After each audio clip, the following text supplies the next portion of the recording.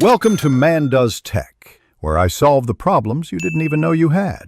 You begin by building the UI shell.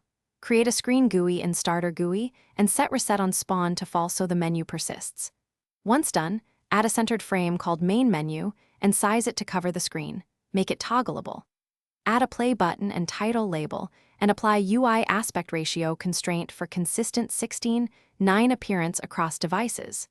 You do this now because a stable layout prevents anchor and scaling issues later, and it gives you elements to wire to scripts immediately.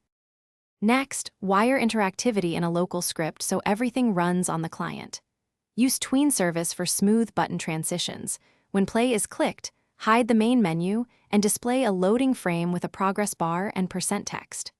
Call Content Provider, preload a sync on the assets you need, and connect the progress callback to update the bar and %. Make sure to yield until preload completes, because showing accurate progress and preventing gameplay hitches relies on preloading the exact assets you reference. Finally, when preload finishes, smoothly fade out the loading frame and enable gameplay by unfreezing controls and ensuring player GUI elements are visible. If preload errors occur, retry up to 3 times and display a helpful error message. This prevents silent failures.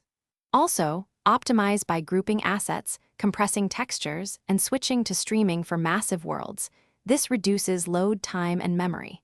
If things go wrong, check output for missing asset ID and confirm permissions, because most loading issues come from incorrect asset references.